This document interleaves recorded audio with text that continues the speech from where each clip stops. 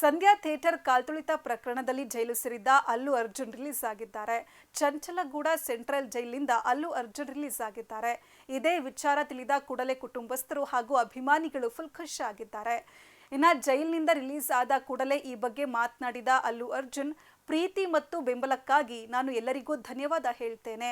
ನನ್ನ ಎಲ್ಲ ಅಭಿಮಾನಿಗಳಿಗೆ ನಾನು ಧನ್ಯವಾದ ಹೇಳಲು ಬಯಸ್ತೇನೆ. ಚಿಂತೆ ಮಾಡಲು ಏನೂ ಇಲ್ಲ, ನಾನು ಚೆನ್ನಾಗಿದ್ದೇನೆ.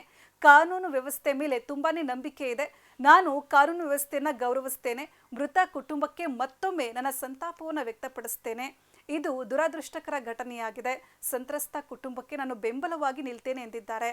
ಜೈಲಿನಿಂದ ರಿಲೀಸ್ ಆಗಿ ಮನೆಗೆ ಬರ್ತಾ ಇದ್ದಂತೆ ಅಲ್ಲು ಅರ್ಜುನ್ಗೆ ಪತ್ನಿ ಪ್ರೀತಿಯಿಂದ ಅಪ್ಪುಗೆ ಕೊಟ್ಟಿದ್ದಾರೆ.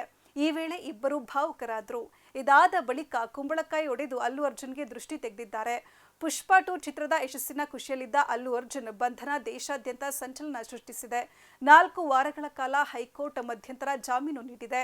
ನಿನ್ನೆಯೇ ಬೇಲ್ ಸಿಕ್ಕರೂ ಕೂಡ ಅಲ್ಲು ಅರ್ಜುನ್ ಜೈಲಿನಲ್ಲಿ ಒಂದು ರಾತ್ರಿ ಕಳೆಯುವಂತಾಗಿತ್ತು.